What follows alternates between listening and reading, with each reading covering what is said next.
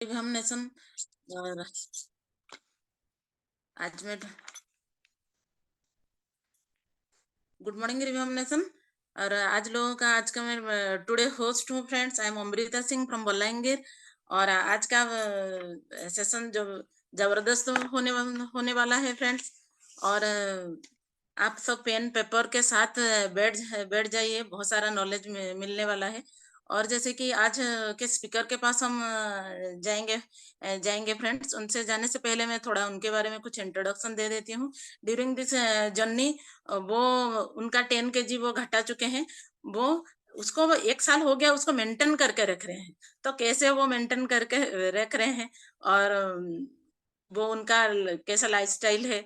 तो आज हम फ्रेंड्स हमारा जो इंटेंसिव फेज का 26 डे में हम पहुंच गए हैं। और वेलकम टू ऑल। और उनको आज का स्पीकर को बुलाते हैं। लेट्स वेलकम मिसेस संतोषी दास।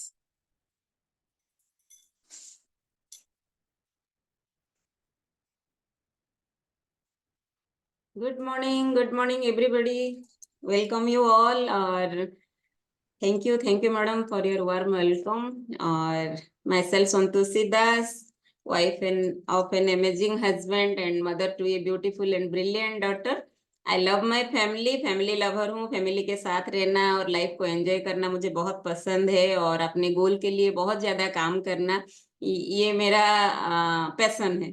तो आज अभी पैशन ये है कि हेल्दी रहना और बहुत सारे लोगों को हेल्दी जर्नी में लेके आना, हेल्दी हैबिट्स में लेके आना, इस मिशन और पैशन के साथ अभी काम चल रहा है फ्रेंड्स। तो अगेन वेलकम यू ऑल। जैसे आप लोग कंग्रेचुलेसन, बहुत सारे रास्ते आ चुके हैं अपने हेल्दी जर्नी में। आज 26th डे है ना।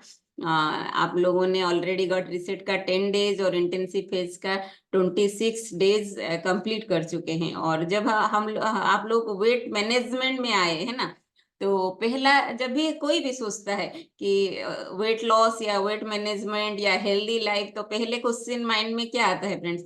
जो फैट बुरा है, चलो फैट को ही छोड़ देते हैं, है ना। फैट नहीं खाना चाहिए, ये सब माइंड में आता है। और क्या आपके माइंड में भी यही आता था ये हेल्दी जर्नी में आने से पहले, या अभी भी माइंड में रहता होगा कि फैट खाना बंद करना चाहिए अगर वेट लॉस करना है? तो आता है, you can chat. Yes, yes, yes, कुछ चैट आ जाए तो मजा आ जाएगा।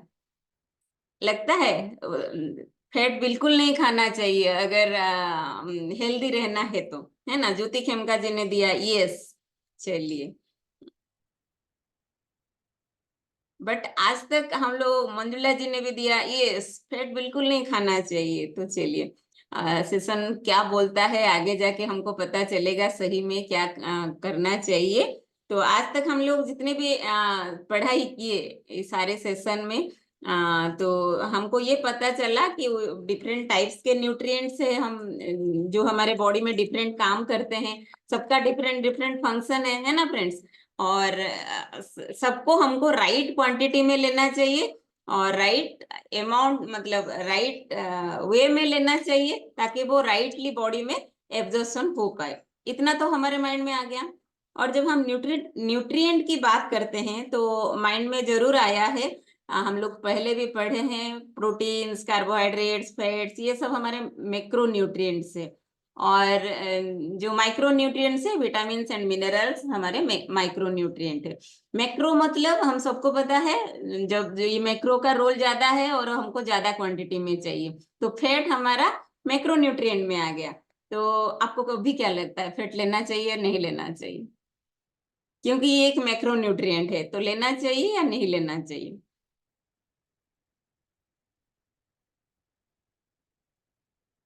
पहरी सर ने दिया है, पहले फेट को ही इल्जाम दिया जाता है, इल्जाम नहीं देना चाहिए, है ना। तो क्योंकि ये एक मैक्रो न्यूट्रिएंट है, इसका भी बहुत सारे इंपॉर्टेंट फंक्शंस बॉडी में हैं। और इसलिए फैट बिल्कुल नहीं लेना चाहिए, ये एक मीथ है। और फैट, जो प्रोटीन, कार्बोहाइड्रेट, फैट, तीनों ही हमारे बॉडी को एनर्जी देते हैं सारा बॉडी फंक्शंस के लिए।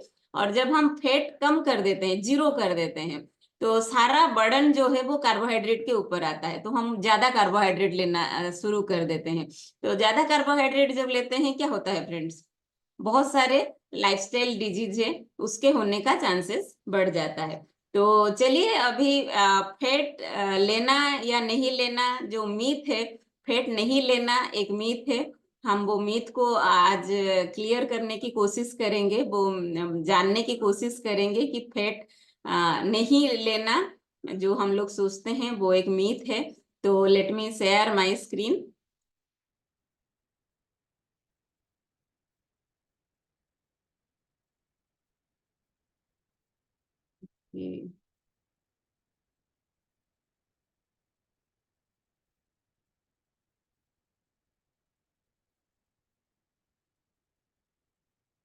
यस, तो my screen is visible. Yes, ma'am. Yes, तो फैट एक एनर्जी का सोर्स है, तो इसको हमको लेना चाहिए। और सेल के डिफरेंट जो फंक्शंस है उसमें भी बहुत सारा रोल है। तो क्या रोल है बॉडी का, फैट का अपने बॉडी में, चलिए उसको थोड़ा हम लोग एनालिसिस करते हैं, उसके डीप डाइव करते हैं, है ना। देखिए कितना सारा काम है बॉडी का, मतलब फैट का बॉडी के अंदर। फैट एनर्जी स्टोरेज के हिसाब से काम करता है। आपको पता है जितने सारे हम लोग स्टडीज के थ्रू गए हैं, जब हम रेस्ट भी करते हैं तभी भी बॉडी में एनर्जी खर्च होता है, जब हम सो भी जाते हैं बॉडी में एनर्जी खर्च होता है, जब भी हम फास्टिंग में रहते हैं तभी भी बॉडी को एनर्जी चाहिए रहता है। तो वो एनर्जी कहाँ से आता है? तो आज मैं एक छोटी सी बात शेयर करूंगी, पर्सनल है। जब हमारे मम्मी जी हमेशा ऐसे बोलते थे कि मतलब खाना पीना कंट्रोल कर देते हो, पतले पतले हो के हो, इसलिए थोड़ा सा फास्टिंग करो, या थोड़ा तबीयत खराब हो जाने से एकदम बॉडी में एनर्जी नहीं रहता। कितना सिंपल सी बात है ना फ्रेंड्स, उनको ये साइंस पता नहीं था, बट पता है कि मोटे रहने से एनर्जी कहीं पे स्टोर रहता है जो कि फास्टिंग में मिलता है। जब थोड़ा बॉडी अनहेल्दी होता है, हम खाना नहीं खाते हैं, फिर भी बॉडी एनर्जी मतलब कलेक्ट करता है कहीं से और चलता रहता है। तो जब जब पतले लोग होते हैं जिनके बॉडी में फैट नहीं होता, उनको वो एनर्जी नहीं मिलता है। ये सिंपल सा नॉलेज उनके माइंड में था, और आज वो साइंस को हम लोग पढ़ेंगे। तो एनर्जी स्टोरेज के हिसाब से फैट काम करता है, और ये हमारे बॉडी में हीट रेगुलेशन में काम करता है, कि इंसुलेशन देता है बॉडी को, और प्रोटेक्शन देता है, एक लेयर बन जाता है सारे ऑर्गन के ऊपर, बॉडी के ऊपर, जो बहुत सारे सेल के ऊपर, सारे सेल के ऊपर। और ये हम एक प्रोटेक्शन देता है, बहुत सारे हार्मोन प्रोडक्शन में हेल्प करता है, क्योंकि बहुत सारे जो विटामिन हमारे हैं, 4 विटामिन ए डी ई के, बहुत सारे फैट सोल्यूबल विटामिन है। और ये फैट सोल्यूबल विटामिन से बहुत सारे हार्मोन और एंजाइम्स बनते हैं, जिनका रोल यहाँ पे फैट का रोल रहता है। न्यूट्रिएंट एब्जॉर्प्शन में हेल्प करता है, जो वाटर सोल्यूबल विटामिन से के साथ जो न्यूट्रिएंट जाते हैं, water soluble vitamin, sorry fat soluble vitamin body में एब्जॉर्ब होते हैं, उसके लिए फैट की जरूरत रहता है। और सेल के फंक्शन में और सेल के प्रोटेक्शन में भी फैट बहुत काम करता है।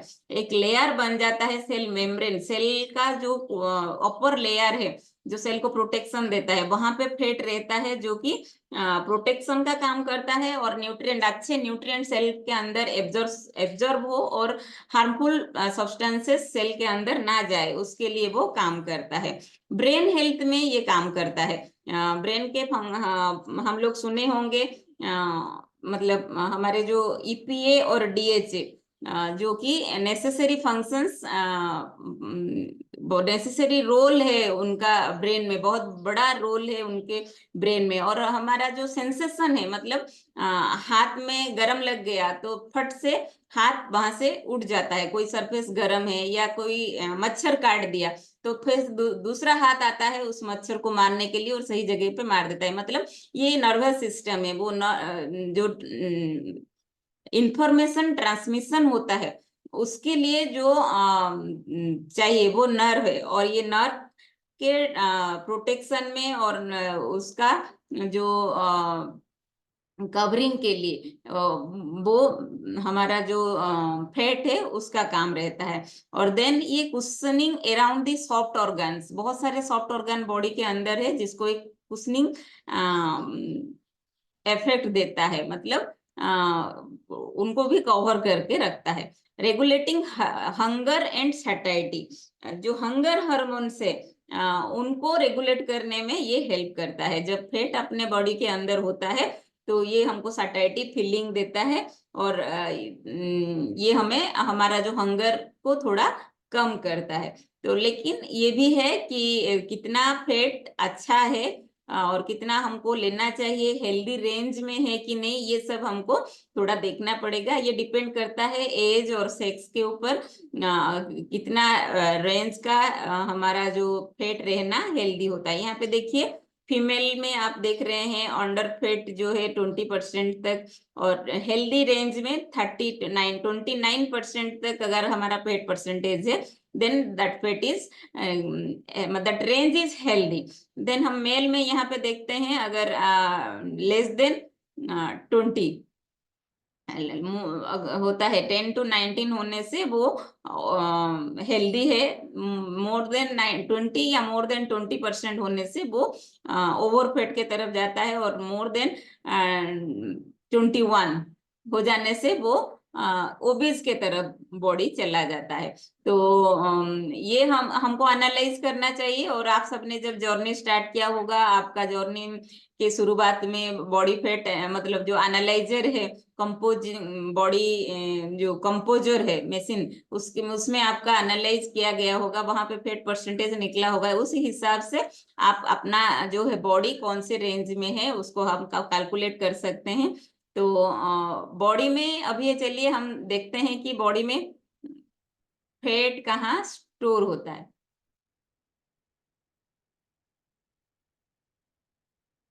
देखिए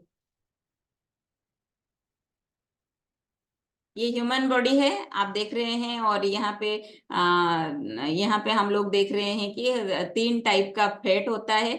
एक है जो स्किन के इनसाइड लेयर में जो फैट होता है, वो सबक्यूटानस फैट होता है। देन हमारे स्पाइनल कॉर्ड में उसको प्रोटेक्शन देने के लिए जो फैट होता है वो है रेट्रो पेरिटोनियल फैट।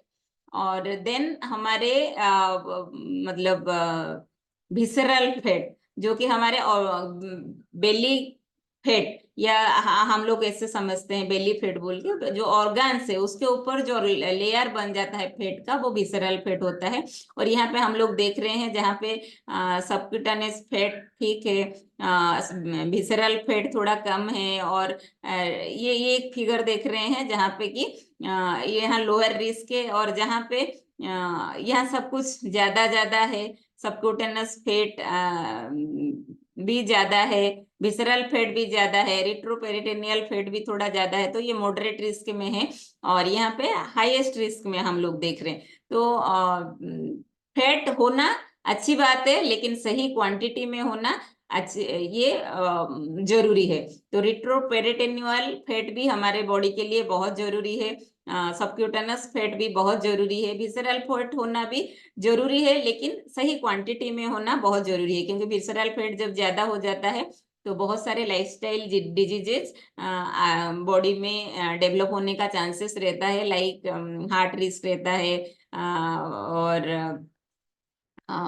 मतलब जॉइंट रिस्क रहता है, सब कुछ, हार्ट अटैक का रहता है, ब्लड प्रेशर का रहता है, सो डायबिटीज का रहता है, बहुत सारे रिस्क रहता है। तो फैट कहाँ पे स्टोर होता है, कितने सारे लोग बता सकते हैं? बहुत सारे सेशन में हम लोग पढ़े कि फैट कहाँ पे स्टोर होता है। एनी चैट किसी के माइंड में है? एनीबडी कोई बता सकते हैं फैट कहाँ पे स्टोर होता है? सब लोग सुन रहे हैं ना? स्लाइड पे मत जाइए, अपने नॉलेज पे बताइए फैट कहाँ पे स्टोर होता है। स्लाइड का तो पढ़ाई अभी करेंगे, अभी तक जितना नॉलेज लिए हैं उसके बारे में बताइए कि फैट कहाँ पे स्टोर होता है। लीवर में, वेरी गुड। बेली, थाई।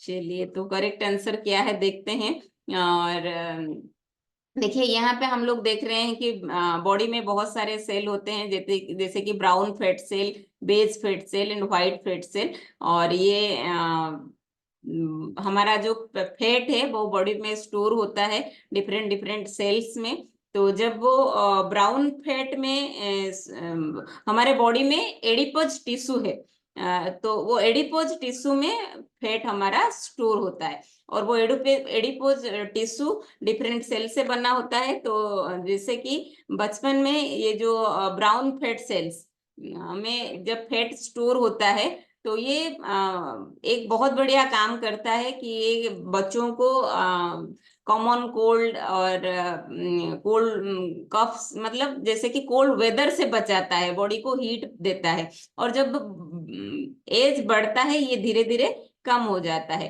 तो हम देखते हैं देन ये व्हाइट कॉमन फैट सेल्स हो जाता है, जो कि हमारे स्किन के अंदर मतलब स्टोर होके रहता है, एब्डोमेन में स्टोर होके रहता है। और बेज फैट सेल्स जो है वो immature cells in white fat tissue है, और जो मेच्योर होता है तो वो बर्न होता है। तो इसका डिफरेंट डिफरेंट फंक्शंस हम देखते हैं। ब्राउन एडिपोज टिश्यू है जो अपर बैक साइड में रहता है, इसका एक कॉम्प्लेक्स स्ट्रक्चर है जो हीट जनरेट करता है, और वो इन्फेंट्स को हाइपोथर्मिया से बचाता है, उनका टेम्परेचर कम होने से बचाता है। देन बेज एडिपोज टिश्यू जो है वो सुप्रा कल्विकुलर और ऑक्सिलरी पारास्पाइनल रेनल थोरैक एसिड ईटीसी में थोरासिक में दिखता है। और इसका काम है कुछ थर्मोजेनेसिस, हीट जनरेट करता है, और एंटी इंफ्लामेटोरी प्रॉपर्टी है, और कार्डियो प्रोटेक्टिव है। वो ये हमारे हार्ट को प्रोटेक्ट करता है। देन ये बहुत ही पॉपुलर है व्हाइट एडिपोज टिश्यू, ये बहुत जगह पे पाया जाता है throughout the body is subcutaneous fat and visceral fat and bone marrow fat. ये तीनों रूप में हमारे बॉडी में दिखता है। इसका बहुत सिंपल सा स्ट्रक्चर है। ये एनर्जी स्टोर करता है, बॉडी को इंसुलेशन देता है, कुशनिंग देता है, हार्मोन रिलीज करता है, बहुत सारे मेटाबॉलिज्म में उसका एक रोल है, और इन्फ्लामेटोरी रेस्पॉन्स भी देता है। तो व्हाइट एडिपोज टिश्यू में जो फैट रहता है उसका इतना सारा काम है। तो अभी बताइए, फैट रहना चाहिए नहीं रहना चाहिए, फैट खाना चाहिए या नहीं खाना चाहिए? जरूर माइंड में धीरे धीरे आता होगा कि फैट खाने में ऐड होना चाहिए। तो what kind of fat are there in our diet? कौन कौन से टाइप के फैट हमारे डाइट में रहते हैं, तो उसमें किसको हमको लेना चाहिए तो किसको नहीं लेना चाहिए, उसके तरफ अभी हम अपना स्टडी लेते हैं। तो mono and poly unsaturated fat एक टाइप के फैट है जो जिनका सोर्स प्लांट सोर्स है। और सेचुरेटेड फैट जो है वो डिफरेंट सेकेंड टाइप के फैट है जो कि एनिमल सोर्स से मिलता है। जो फैट हमको एनिमल सोर्स से मिलता है वो सेचुरेटेड फैट है। और पार्शियली हाइड्रोजनेटेड कुछ फैट है जो हमारे बॉडी में जाता है, और वो ट्रांसफैट है। तो चलिए, कौन सा फैट गुड है और कौन सा फैट बैड है उसके बारे में अभी हम सीखते हैं। देखिए, तीनों टाइप के फैट, चारों टाइप के फैट हमारे बॉडी के अंदर जाता है, जैसे कि monounsaturated fat, polyunsaturated fat, saturated fat and trans fat. तो कहाँ से वो मिलता है? जो मोनो अनसैचुरेटेड फैट है वो liquid at room temperature and but solidifies when refrigerated. जब फ्रीज में रखते हैं तो वो फैट कन्वर्ट हो जाता है सॉलिड में। और सोर्स है कैनोला, ऑलिव और पीनट्स ऑयल से ये हमको मिलता है, एवोकाडो से मिलता है। और देन पॉली अनसैचुरेटेड फैट जो है वो लिक्विड रहता है रूम टेम्परेचर में। ये safflower, सिसेम, sunflower, corn, soybean, nuts and seed से हमको मिलता है। सिमिलरली सेचुरेटेड फैट जो है वो सॉलिड एट रूम टेम्परेचर में भी ये सॉलिड रहता है सेचुरेटेड फैट जो है। और इसका सोर्स है मीट एंड डायरी फूड्स से। और ट्रांसफैट्स जो है made by heating liquid vegetable oils in presence of hydrogen. जब वेजिटेबल ऑयल को हम लोग हीट करते हैं, हाइड्रोजन तो रहता ही है, और वो ट्रांसफैट में कन्वर्ट हो जाता है। ये मोर स्टेबल है, don't become rancid and withstands high temperature. बहुत ज्यादा टेम्परेचर में भी ये रहता है। तो ये स्ट्रक्चर हम लोग थोड़ा देखते हैं। यहाँ पे सेचुरेटेड फैट जो है इसका हेड ग्लिसरॉल और फैटी एसिड से सारे जो फैट्स है वो बनते हैं।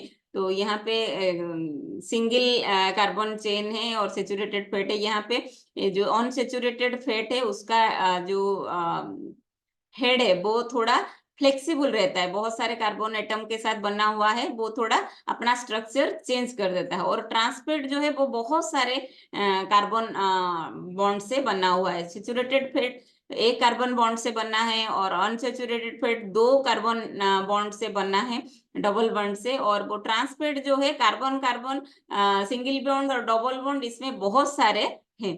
तो इससे आगे क्या होता है, तो जैसे पॉली अनसैचुरेटेड फैट हम लोग यहाँ पे देखें कि पॉली अनसैचुरेटेड फैट से उसके बारे में और थोड़ा जानते हैं। दो टाइप के फैट पॉली अनसैचुरेटेड फैट है, ओमेगा 3 एंड ओमेगा 6 दोनों है। तो ओमेगा 3 का सोर्स क्या है, सोर्स है फिश, डिफरेंट टाइप के फिश यहाँ पे लिखा हुआ है, आप लोग पढ़ सकते हैं। और ओएस्टर, फ्लेक्सीड्स, चिया, वालनट्स, ये सब से हमको ओमेगा 3 मिलता है। और a alpha linolenic acid, EPA and DHA, docosahexaenoic acid, ये है मतलब इसका सोर्स और associated with various health benefits. इसका बहुत सारा हेल्थ बेनिफिट है, हार्ट हेल्दी रखता है, एंटी इंफ्लामेटोरी एक्शन है, ब्रेन फंक्शंस करता है।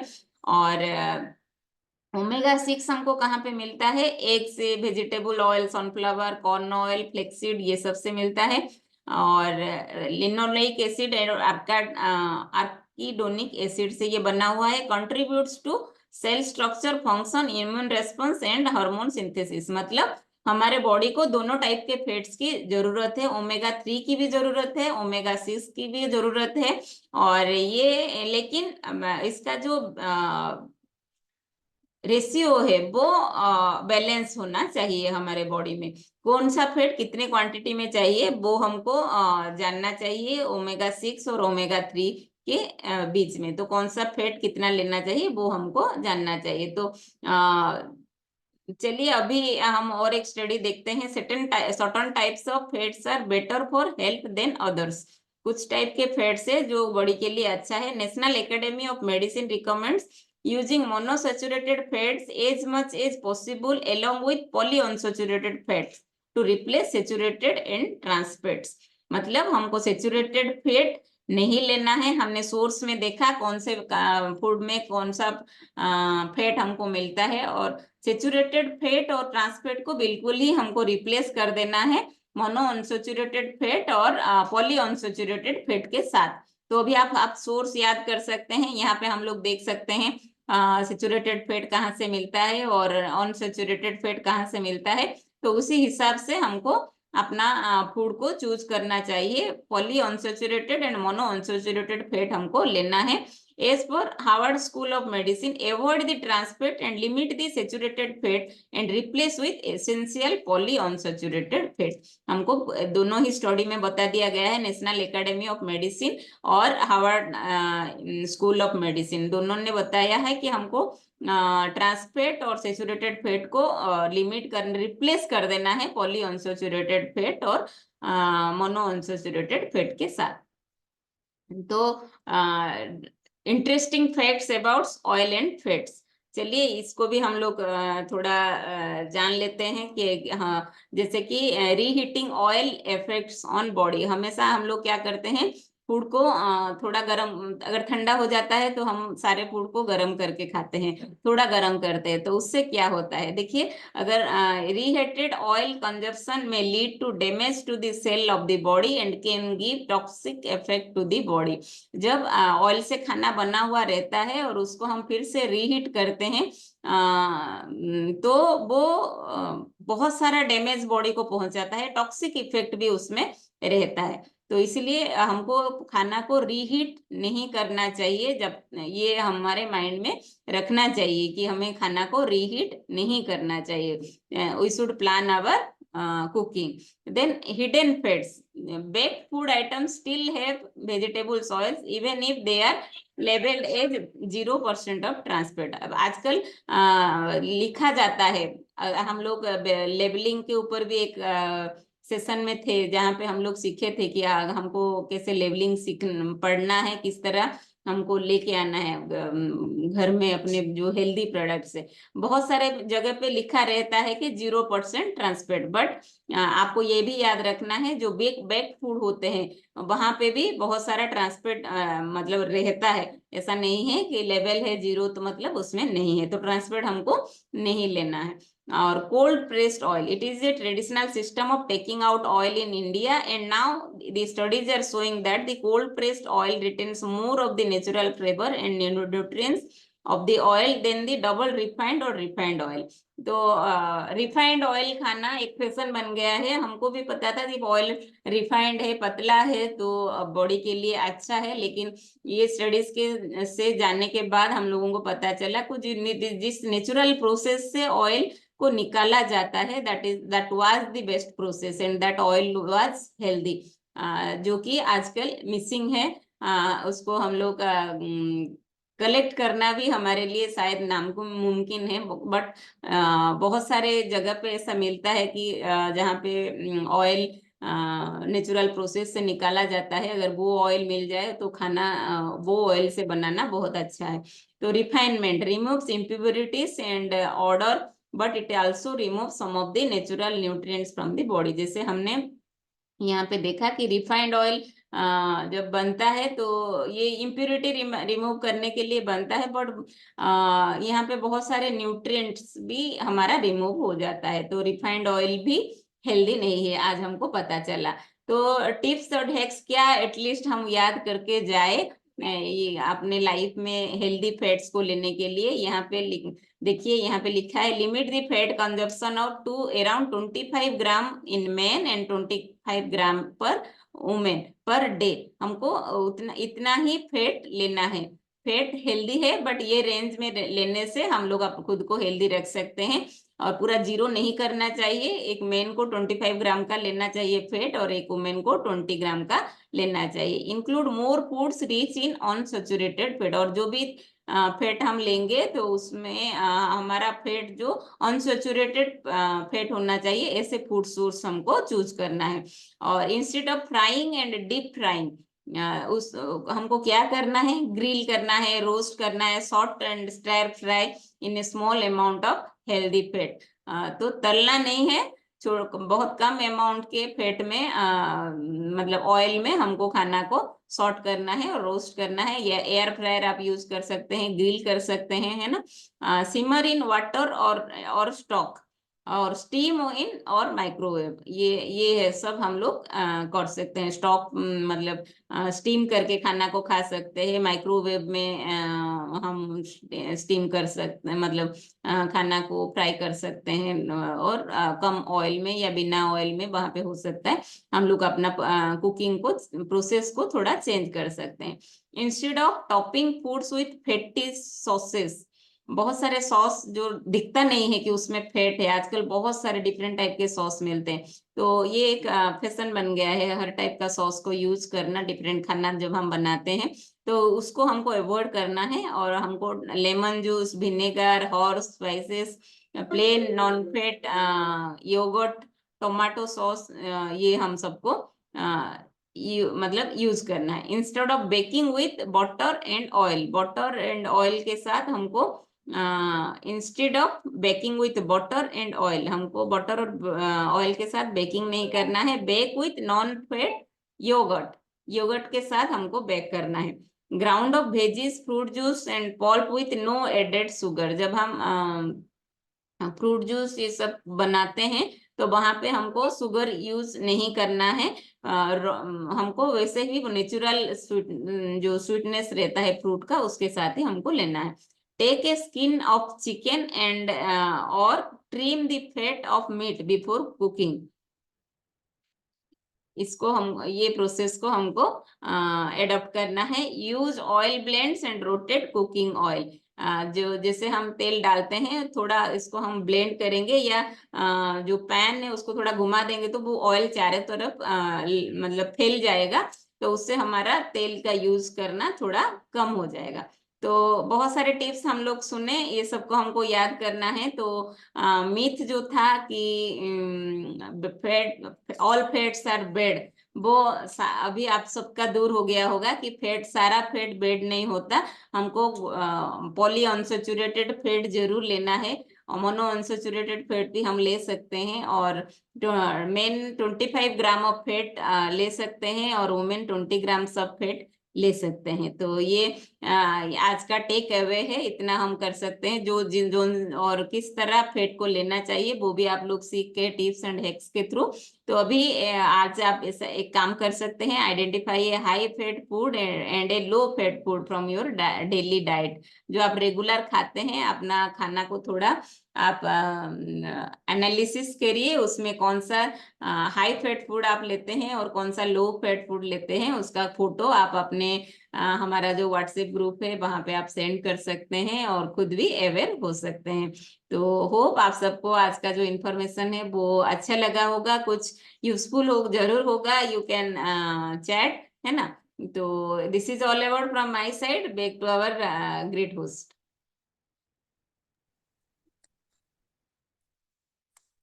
और जबरदस्त सेशन में मैम को जोरदार डिजिटल एंड फिजिकल क्लैपिंग दीजिए।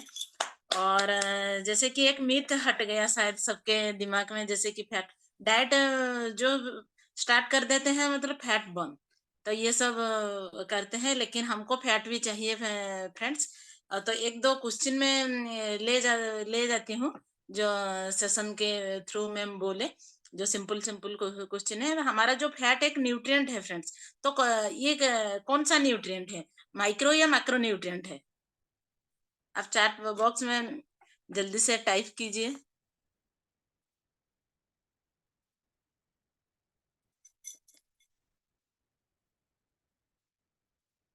हाँ, क्वेश्चन का आंसर आ गया, ये मैक्रो न्यूट्रिएंट है। और जैसे कि और मैम बार बार हमको बोले जो कि हमारा ध्यान में रहना चाहिए, और एक चीज हमको हमारा फैट जो लिमिट में लेना चाहिए। तो मेन कितना परसेंट, वुमेन कितना लेना चाहिए, कितना ग्राम लेना चाहिए?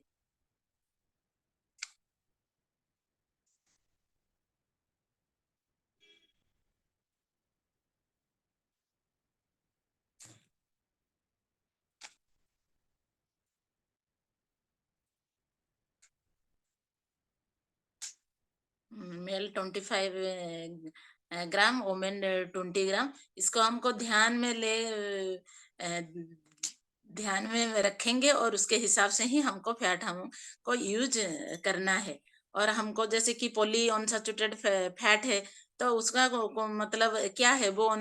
पॉली अनसैचुरेटेड फैट का नाम बताइए फ्रेंड्स, वो क्या क्या है?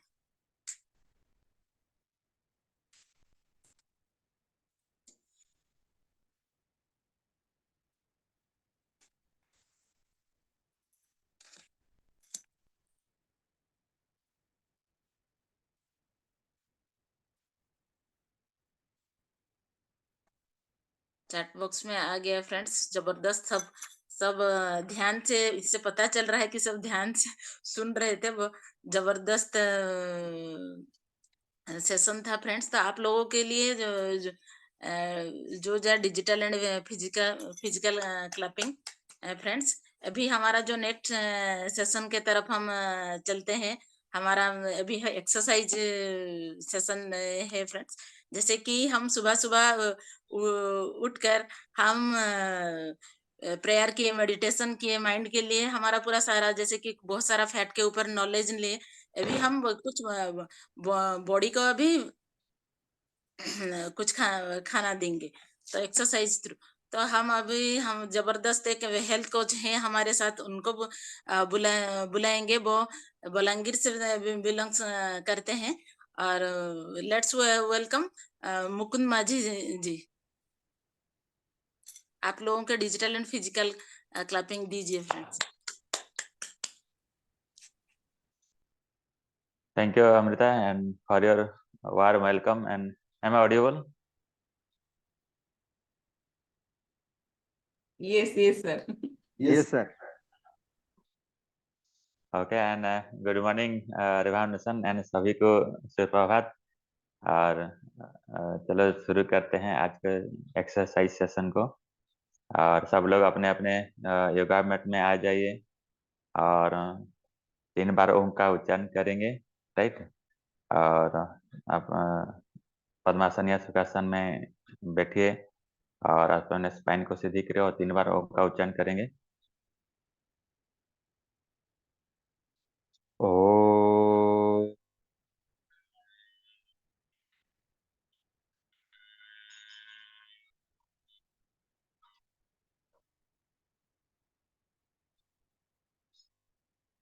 ओ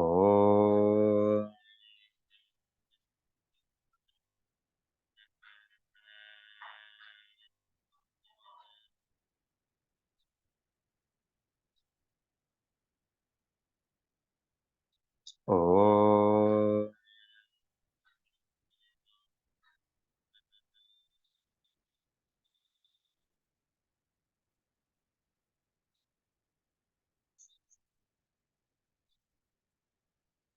चलो अभी चलते हैं यौगिक व्यायाम की तरफ से, है ना।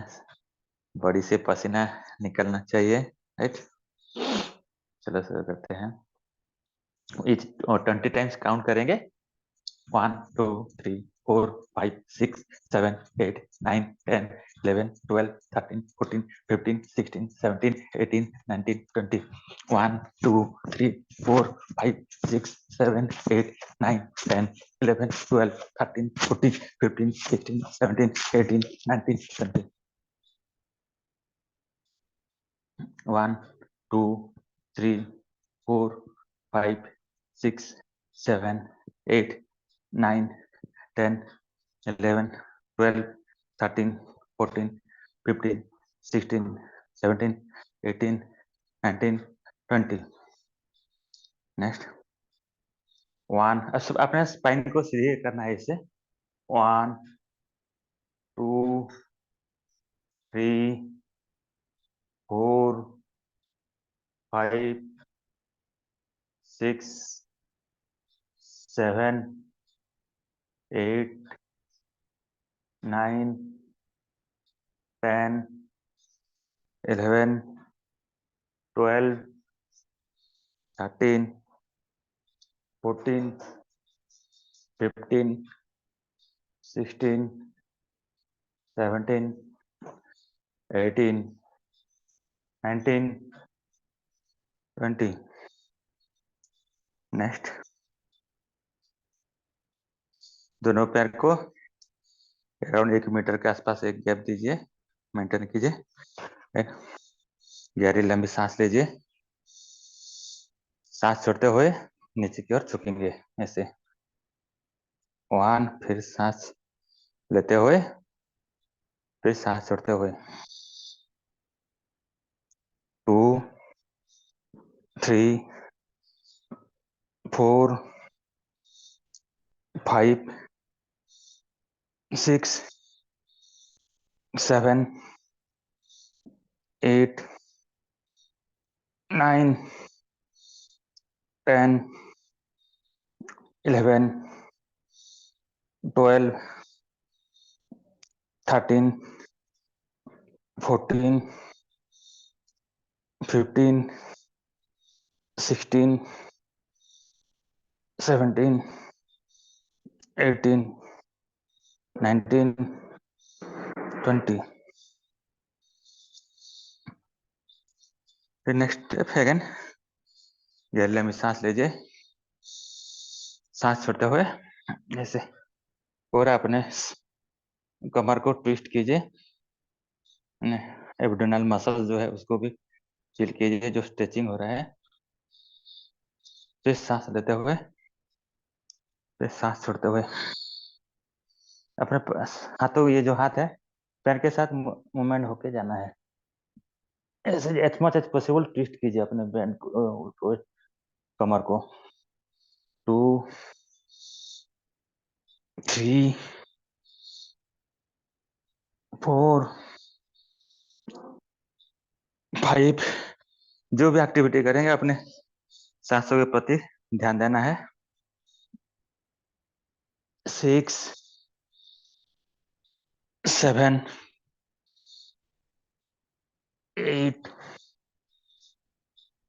9 10 11 12 13 14 15 16 17 18 19 20। अभी नेक्स्ट, इन दिस वे सांस भरते हुए पीछे की ओर झुकेंगे, ऐसे सांस भरते हुए सांस छोड़ते हुए, अगेन सांस भरते हुए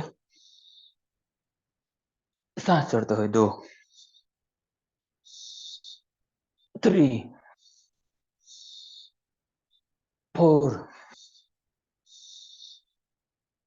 5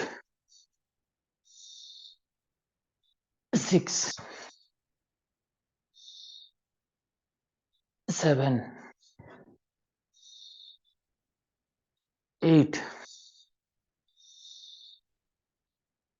9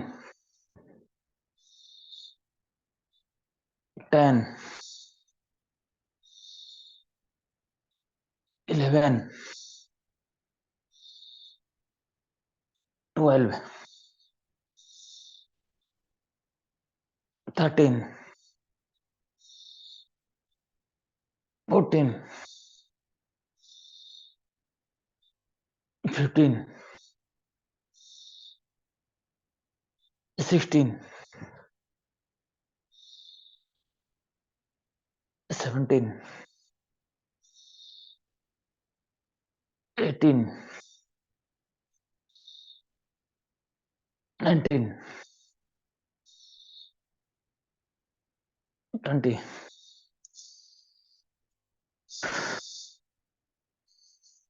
नेक्स्ट स्टेप, हाथ और पैर को दोनों को टच करेंगे, ऐसे ऐसे टच करेंगे और हमारा जो ऊपर वाला हाथ को देखने की कोशिश करना है, ठीक है? तो आप अच्छे से स्ट्रेच हो पाए, पूरा देखना है दोनों अपना हाथों को, उंगली को। 1 2 3 4 5 6 7 8 9 10 11 12 13 14 15 16 17 18 19 20।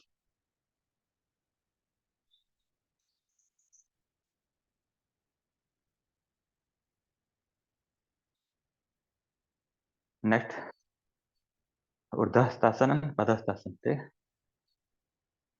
सांस लेते हुए गहरी लंबी सांस लेना है, सांस लेना है एज मच पॉसिबल पीछे की ओर झुके, ठीक। जैसे सांस छोड़ते हुए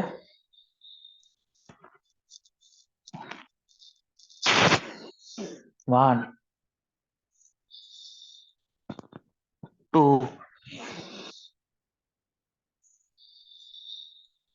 3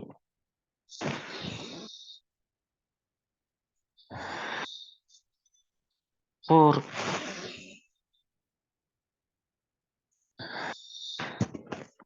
5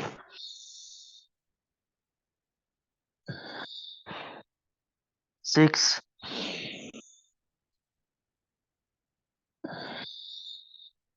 7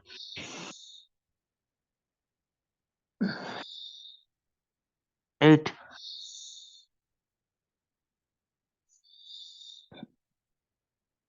9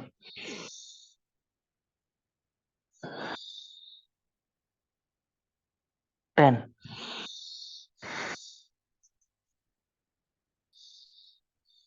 नेक्स्ट स्टेप जंपिंग चेक करेंगे।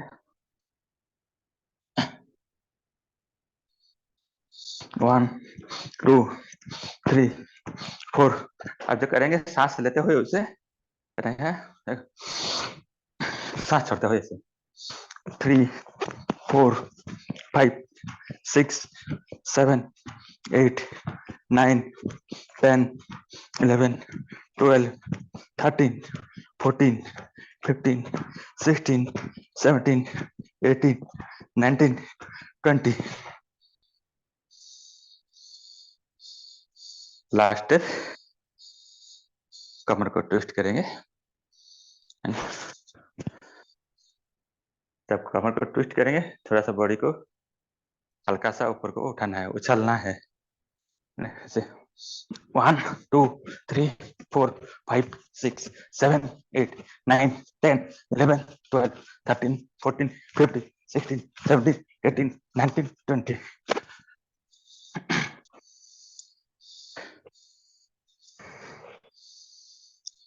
किसी को अगर पानी पीने का जरूरत है तो 1-2 घूंट पानी पी सकते हैं, ज्यादा नहीं।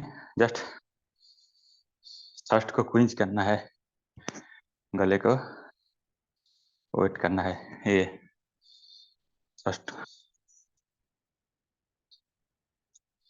अभी नेक्स्ट करेंगे सूर्य नमस्कार।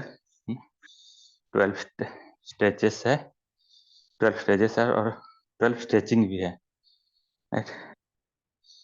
सुबह सुबह हमको स्ट्रेचिंग करना बहुत जरूरी है ना।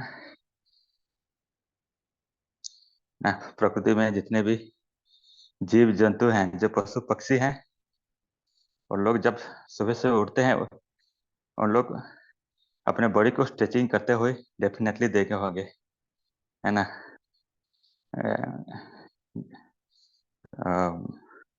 जो भी पशु पक्षी है ना, तो हमको एज ए ह्यूमन हम ज्यादातर स्ट्रेचिंग नहीं करते हैं, लेकिन हम थ्रू सूर्य नमस्कार स्ट्रेचिंग को हम कर सकते हैं, राइट। और स्ट्रेचिंग करने में बहुत एनर्जी भी मिलता है, माइंड भी रिलैक्स रहता है ना। बॉडी में oxygen level, blood flow level बढ़ जाता है, ऑक्सीजन लेवल का भी बढ़ जाता है ना। इसलिए माइंड प्रफुल्ल रहता है, माइंड शांत रहता है। डेफिनेटली सुबह और शाम सूर्य नमस्कार को इंक्लूड करना है हमारे अपने डेली लाइफ में। तो विदाउट एनी डिले स्टार्ट करते हैं। पहले पद्मासन, यहाँ पे जस्ट नॉर्मल ब्रेथ, ठीक है। सांस लेते हुए पीछे को झुकेंगे, ऊर्ध्वाधर, फिर सांस छोड़ते हुए पादहस्तासन, और सांस लेते हुए अगेन वत्सासन, फिर सांस छोड़ते हुए पादहस्तासन, ये पर्वतासन। फिर नॉर्मल ब्रेथ के साथ हम करेंगे साष्टांगासन, फिर सांस लेते हुए भुजंगासन, सांस छोड़ते हुए अगेन पर्वतासन। जो पैर लिए थे आगे, उस पैर को आगे लेना है, सांस लेते हुए अगेन वत्सासन, फिर सांस छोड़ते हुए अगेन पादहस्तासन, फिर सांस लेते हुए अगेन ऊर्ध्वाधर, सांस छोड़ते हुए अगेन नॉर्मल बैक पद्मासन। तो इन दिस वे हमको ये 12 स्टेजेस को करना है, ठीक है। चलो शुरू करते हैं, 10 टाइम्स करते हैं उसको।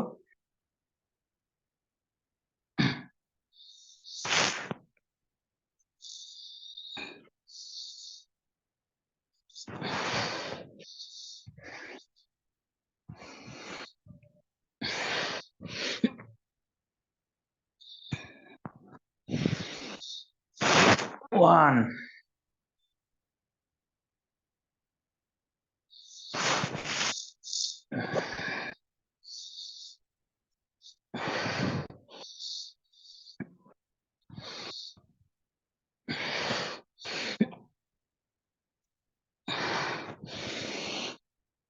3,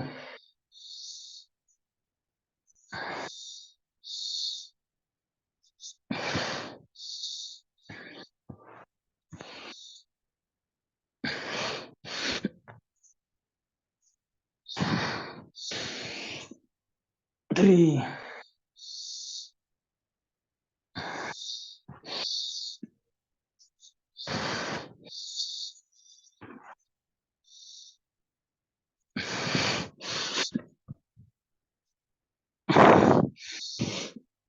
4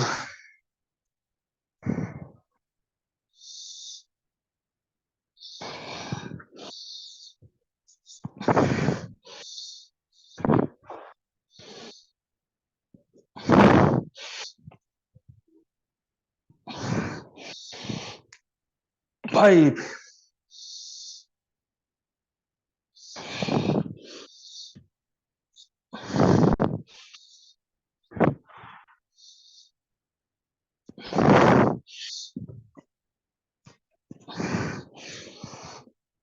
6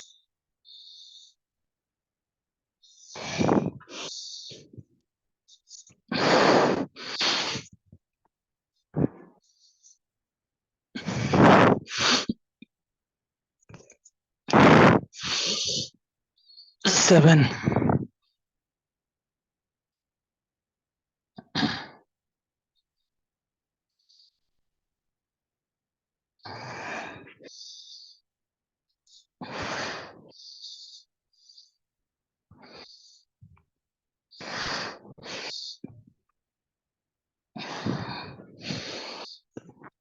8 9 10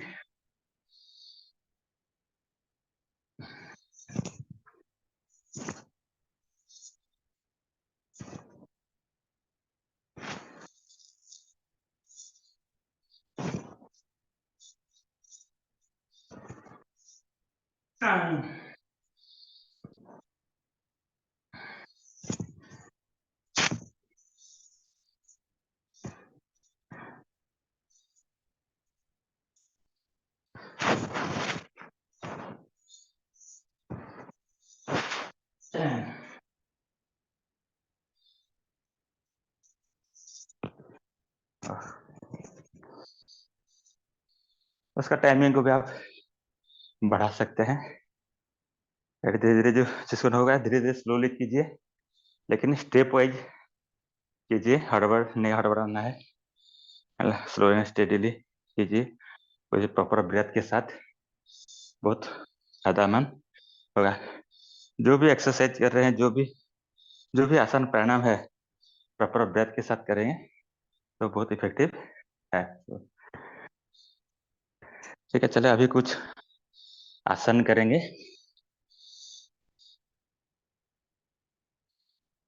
दो तीन आसन टाइम भी ऑलरेडी हो चुका है। अभी करें मुंडकासन। ठीक है, और दोनों हाथों को मुझसे मुट्ठी बनाइए, अपने स्पाइन के नाभि के पास ही रखिए दोनों, और आपका जो मुट्ठी है आपके थाई के पास रहना चाहिए ऐसे। ठीक है, गहरी लंबी सांस लीजिए और सांस छोड़ते हुए पीछे की ओर झुकना है। आपका दोनों जो चेस्ट है आपके घुटने के इस पोजीशन में रखना है, राइट। और जो भी कुछ प्रॉब्लम मतलब जो भी सेंसेशन होगा उसको फील करना है ना। मुंडकासन बहुत इफेक्टिव आसन है जो कि पेनक्रियाज को एक्टिव कराता है और इंसुलिन सिक्रेशन में बैलेंस रखता है। ठीक है, चलो शुरू करते हैं उसको। सांस छोड़ते हुए 3 से 5 सेकंड से रुकिए।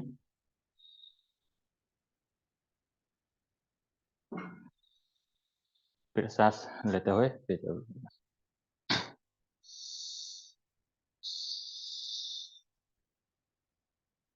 दृष्टि सामने की ओर।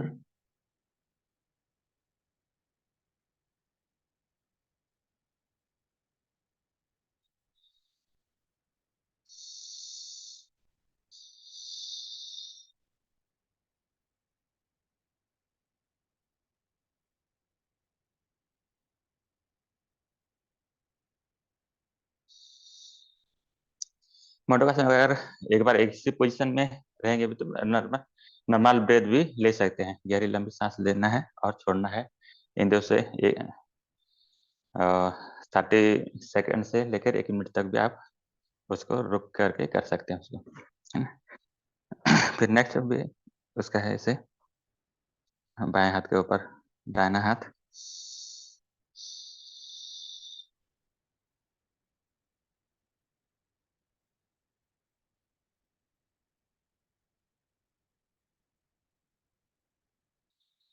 सांस भरते हुए रिटर्न बैक।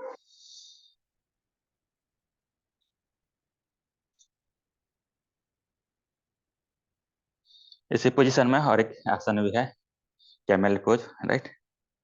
बहुत इफेक्टिव है ये भी।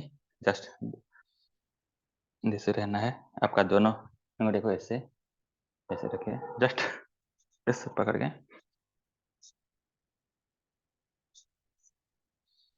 इसी पोजीशन में 3 to 5 ब्रेथ्स लीजिए, लंबे में गहरी लंबी सांस।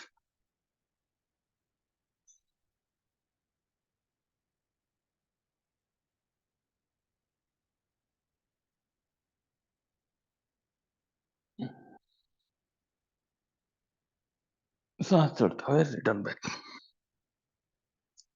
चेस्ट को ये स्ट्रेंथन कराता है ना, लंग्स को भी मजबूत करता है ये कैमल पोज।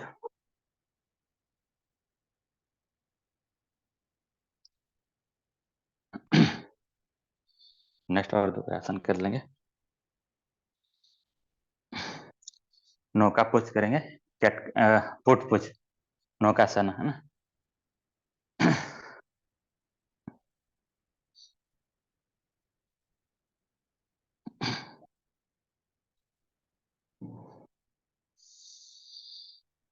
सांस भरते हुए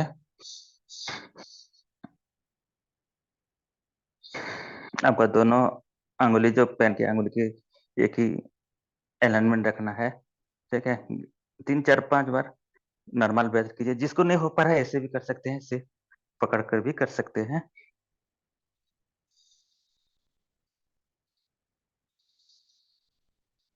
पैर को पूरा स्ट्रेट रखना है। ये भी बहुत इफेक्टिव आसन है, अपने अब्डोमिनल मसल्स को इंक्रीज कराता है, पेल्विक जो मसल्स है उसको भी इम्प्रूव करता है ये नौकासन। इसी पोजीशन में और एक सेतुबंध आसन, उसको भी कर लेते हैं। ऐसे दोनों हाथों को अपने कमर के पास रखिए, ठीक है। सांस भरते हुए इसी पोजीशन में 3 to 5 ब्रेथ्स लीजिए।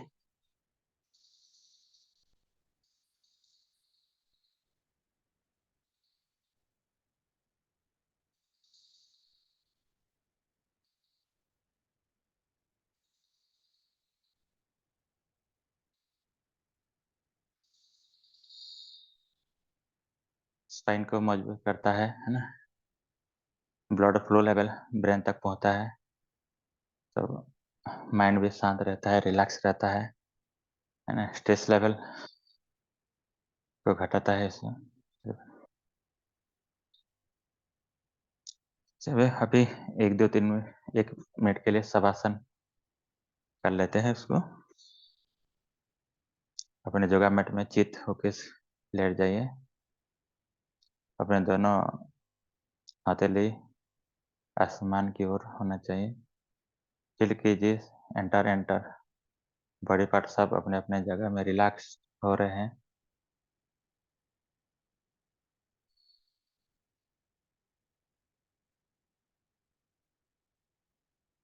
गहरी लंबी सांस लीजिए। कोई भी टेंशन हो, तनाव हो, अपने सांसों के प्रति ध्यान दीजिए। सांस अंदर जा रहा है और सांस बाहर जा रहा है। पूरा completely focused on your breath. सांस ले रहे हैं, पेट फूल रहा है। सांस छोड़ते वक्त पेट से खुल रहा है।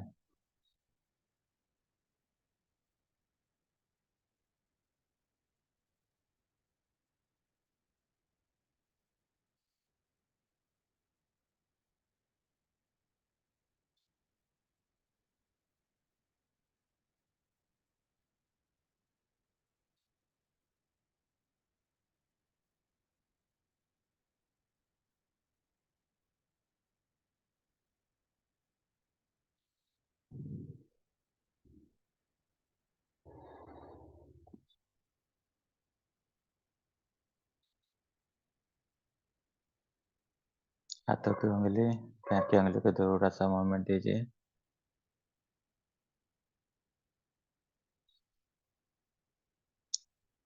दोनों पैर को बेंड कीजिए और बाएं करवट बदलते हुए अपने जगह में बैठ जाइए। पद्मासन या सुखासन में आ जाइए। अपने स्पाइन को सीधे रखें।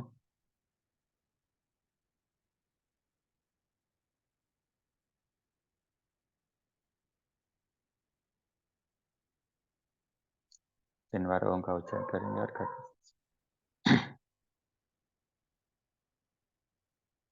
ओ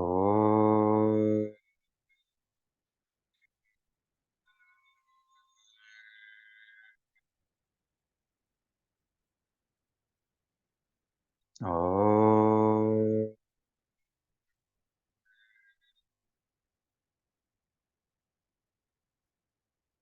ओ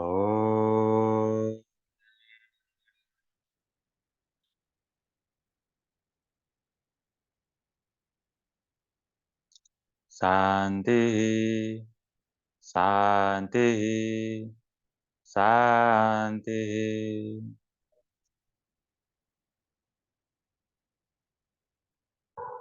इसी के साथ इस सेशन को यहाँ मैं विराम देता हूँ। डेफिनेटली आपको इस जर्नी डेफिनेटली बहुत अच्छा लगा होगा और आज का दिन शुभमय हो, मंगलमय हो। Thank you and back to the host. Thank you George यार, हमारे हेल्थ कोच के लिए डिजिटल एंड फिजिकल क्लैपिंग दीजिए फ्रेंड्स। जॉर्ज यार बहुत ही अच्छा एक्सरसाइज था।